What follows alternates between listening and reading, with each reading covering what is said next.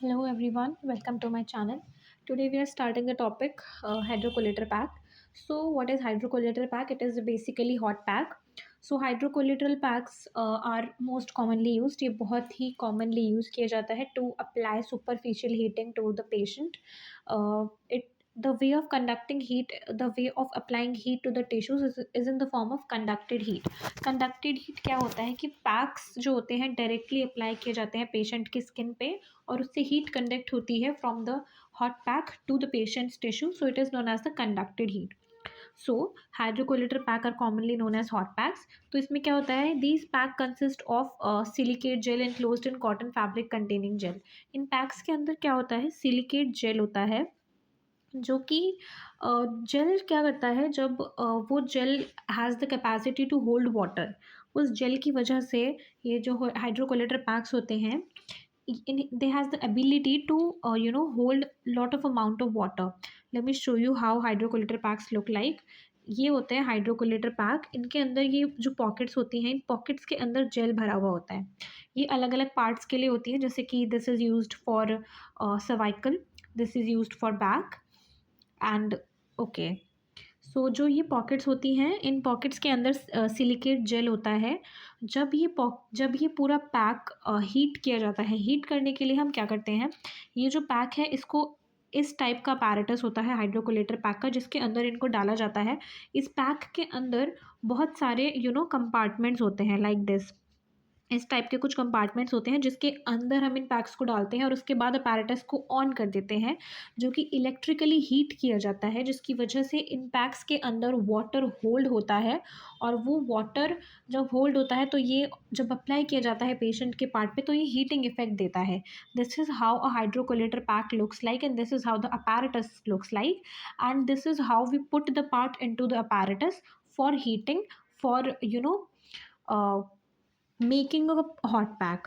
सो ये एक moist heat therapy है, क्योंकि इसमें हम जो पैक है उसको पानी के अंदर डालते हैं और जो पानी है वो जेल उसमें पैक के अंदर फिल हो जाता है और वो एक हीटिंग इफेक्ट देता है टिश्यू को. So it is a moist heat therapy. Okay. जो जेल है that has the ability to hold large quantities of water. वो जेल बहुत ही लार्ज क्वांटिटी ऑफ वाटर को स्टोर कर लेता है, जिससे कि हीट एनर्जी स्टोर हो जाती है और जब वो पेशेंट के पार्ट पर अप्लाई की जाती है तो हीटिंग इफेक्ट मिल जाता है पेशेंट को. ठीक है. तो जो जेल फिल किया जाता है वो into a series of pockets which make the pack flexible and gel is separated in major quantities throughout the pack. जैसा कि मैंने अभी आपको दिखाया कि सीरीज ऑफ पॉकेट्स होती हैं पैक्स के अंदर, जिनके अंदर जो जेल है वो फिल किया जाता है. ये जो सीरीज ऑफ पॉकेट्स होती हैं, सो बहुत सारी पॉकेट्स होती हैं इन पैक्स के अंदर जिसके अंदर जेल फिल्ड होता है और जिसकी वजह से ये बहुत सारा heat energy in the form of water ये होल्ड कर लेते हैं अपने अंदर, और जब वो पेशेंट पे अप्लाई किया जाता है this conducts the heat energy into the tissues. और ये वाइडली डिस्ट्रीब्यूट होती हैं pockets throughout the pack. Okay. The packs are made in different sizes and shapes. जैसे कि मैंने अभी आपको दिखाया कि अलग अलग शेप्स एंड साइजेस के होते हैं ये parts for different area. Cervical के लिए अलग होता है, बैक के लिए अलग होता है. Okay. Next is the wait, I've written wrong here. This is packs. Okay. The packs are heated by putting them in a special tank of water, heated to 75 to 80 degree Celsius by thermostat controlled heating. ये एक special tank में heat किए जाते हैं. This is called that hydrocollator tank, जिसमें कि ये heat किए जाते हैं. टेम्परेचर सेट किया जाता है between 70 to 80 degree Celsius and it is regulated by the thermostat. This is the apparatus, this is the special tank in which the hydrocollator packs are heated. और ये रेगुलेट करा जाता है by the thermostat at 70 to 80 degree Celsius का temperature हम रखते हैं. Next is the packs are arranged vertically in packs को अरेंज किया जाता है, जैसे कि इसमें दिख रहा है. वर्टिकली पैक्स को अपैरेटस के अंदर या फिर टैंक के अंदर डाला जाता है. So they are thoroughly soaked in hot water circulating around them, ताकि वो थॉरली सोक हो जाए हॉट वाटर के अंदर जो कि सर्कुलेट कर रहा है around them. Okay. The hot packs before applying it to the patient वो रैप किए जाते हैं टॉवल के अंदर, जिससे कि डायरेक्ट हीट अप्लाई ना हो जाए, बहुत ज़्यादा हीटिंग डायरेक्टली टिश्यू पे ना पड़ जाए और बर्न कॉज ना हो जाए, उसकी वजह से पैक्स को टॉवल में रैप किया जाता है. Okay. Next, the towelling provides the heat insulation as well as serves to retain temperature. Okay, तो टावलिंग से क्या होता है, एक तो टेम्परेचर बहुत देर तक रिटेन हो पाता है, बहुत जल्दी पैक्स कूल डाउन नहीं हो जाते हैं, और ऊपर से जो इंसुलेशन है हीट का वो भी ठीक हो जाता है। Next, the purpose of towelling is to ensure that the temperature of pack is 80 degree Celsius. Okay, जो हॉट पैक का टेम्परेचर होता है, जो टैंक से निकाला जाता है, मॉइस्ट हीट पैक जो होते हैं उनका टेम्परेचर होता है 80 डिग्री सेल्सियस, और हमारी बॉडी 80 डिग्री सेल्सियस टेम्परेचर नहीं बर्दाश्त कर सकती, जिसकी वजह से टावलिंग करी जाती है। तो जो हमारी बॉडी पे हीट पड़ती है वो 80 डिग्री सेल्सियस से बहुत ही कम पड़ती है, तो उससे बर्न्स नहीं होते हैं। अगर आप डायरेक्टली हॉट पैक को लगा दोगे तो एकदम से बर्न कॉज हो जाएगा, because the temperature is 70 to 80 degree Celsius, और हमारी बॉडी सिर्फ 42 डिग्री सेल्सियस तक ही झेल सकती है, उससे ज़्यादा नहीं झेल सकती। तो this is one of the reason of towelling of the pack. Next is the treatment can be done for 30 minutes. 30 minutes तक हम पैक को छोड़ सकते हैं पार्ट पे। आप उसके बाद अगर और हीटिंग रिक्वायर्ड है तो fresh packs are used. After that, fresh packs are used.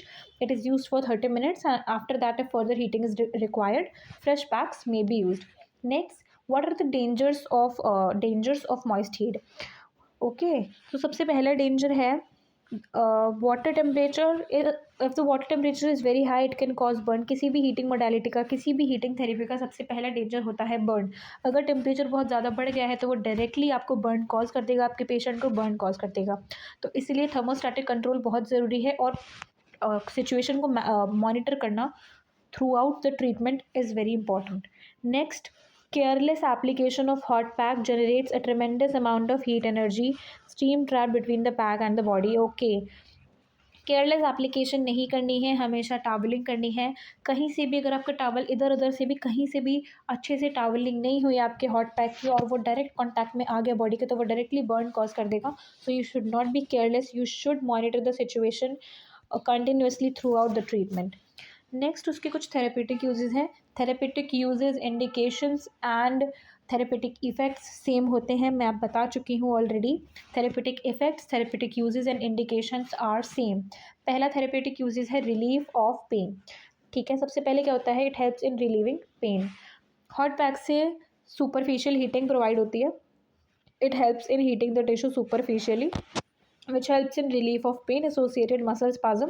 Muscle spasm में help करता है, due to sedative effect on pain carrying nerve fibers and also relieve pain due to increased blood supply. ये वही physiological effects of heat से related है। अगर हम कोई भी हीटिंग थेरेपी देंगे टिश्यू को, तो वहाँ पे हीटिंग होगी, सिडेटिव इफेक्ट मिलेगा। क्यों? क्योंकि ब्लड फ्लो इंक्रीज हो जाएगा, न्यूट्रिएंट सप्लाई बढ़ जाएगी, ऑक्सीजन सप्लाई बढ़ जाएगी, and the pain carrying substances and waste products remove out हो जाएंगे उस प्लेस से। नेक्स्ट है encouragement of healing. Next therapeutic use is encouragement of healing. इसमें क्या होता है, superficial heating leads to tissue healing of soft tissue injuries. It is believed that raising the body temperature of 2 to 5 degrees Celsius above the core temperature causes increased phagocytes and absorption of inflammatory exudates.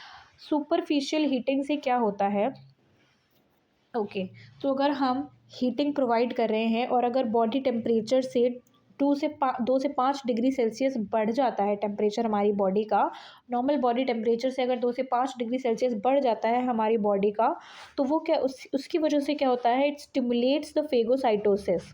Phagocytosis बढ़ जाती है। Phagocytosis क्या होता है, engulfment of the engulfment of the foreign particles, this is called phagocytosis, and absorption of inflammatory exudates भी बढ़ जाता है, जिससे कि हीलिंग भी बढ़ जाती है। ठीक है, and this is the reason why superficial heating is applied for acute, chronic and post operative conditions as well as for chronic inflammatory conditions such as arthritis. These are the therapeutic effects of moist heat or hydrocollator pack. This is how the hydrocollator pack looks. I have already showed this to you. अब इसके अंदर कुछ आ जाएंगे physiological effects. Physiological effects में वही आएंगे physiological effects of heat, जो कि if you want so I can make a video on that and I will be providing it to you. Other than this is a very short topic, this is a very small topic and this is completed with this. इसके अलावा इस topic में और कुछ नहीं बचता है, ये बहुत छोटा टॉपिक है। Hydrocollator pack and fluidotherapy are very short topics.